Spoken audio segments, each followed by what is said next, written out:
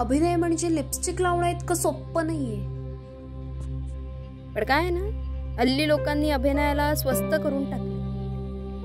चेहऱ्यावर मेकअप थापला, अंगावरती सेक्सी कपडे चढवले किंवा दिग्दर्शकासोबत जवळीक साधली की अभिनयातलं काहीच माहित नसून सुद्धा ऍक्ट्रेस होत आहेत.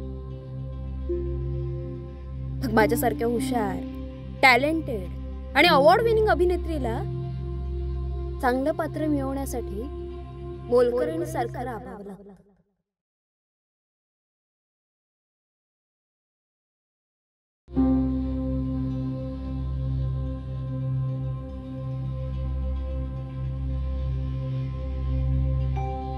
काय किती वेळा सांगायचं तुला? ब्लेंडर यूज करायचा ना. ब्लेंडर शिवाय मेकअप नीट नाही होत. काय तेच 10 वेळा सांगायचं का?